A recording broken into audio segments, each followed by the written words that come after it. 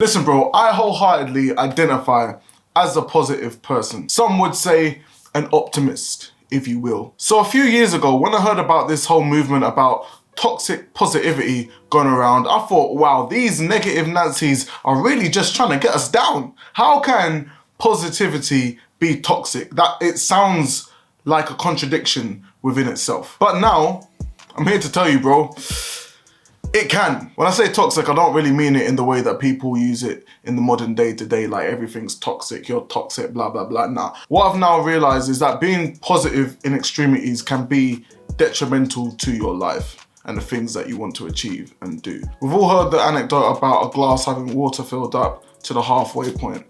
An optimist will say, yeah, it's half full. A pessimist will say, ah man, it's half empty. But then a realist goes ahead and says, bro, it's water. If you're thirsty, drink the damn thing. And I think this is perfect. It's about taking action. Now, personally, I would lean towards the optimist viewpoint and say, yeah, the glass is half full. But if that's all you leave it at, then what's the point? It's futile. You need to take action following this. So, expanding on this metaphor, if you're thirsty, drink it. If you know you're gonna need more water, go and fill it up. Looking at a glass and saying it's half empty or it's half full and leaving it at that is pointless. Now, bringing it back to our everyday lives, of course, there are many situations that happen to us day in, day out, and we can react positively to them or we can react negatively to them.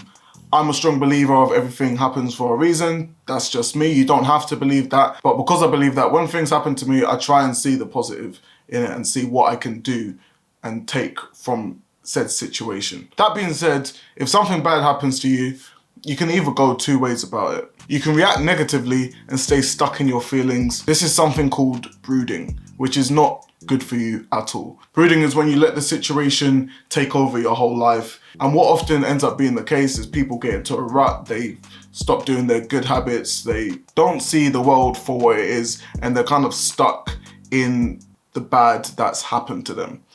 Now, of course, I'm sure we can all agree this is not something that is good. We don't want that to happen to you. And if you do find yourself falling into that kind of mental paralysis, you want to make sure that you can take steps to get out of it. But I'm here to say that also doing the complete opposite is not a good thing at all. Sometimes people can ignore what they're going through and it stays there and you haven't fully processed it. I told you guys in recent videos that I've been going through a breakup, and a lot of people react to breakups in a way that isn't healthy either. They ignore it. They say, oh, well, let's move on with my life. Being overly positive means that you don't deal with the problem, which can really cause a setback from you achieving whatever goals you have. I heard a really good example, which was to do with someone realizing that they're not happy, they're not content with their job. Now, if they reacted overly positive to this, they might say, well, you know what, at least I have a job. I'm happy that I have a job. I've got a decent income.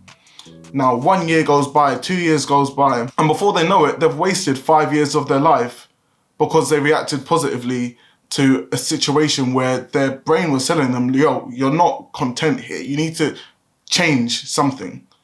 But they ignored it. And now 5 years are gone.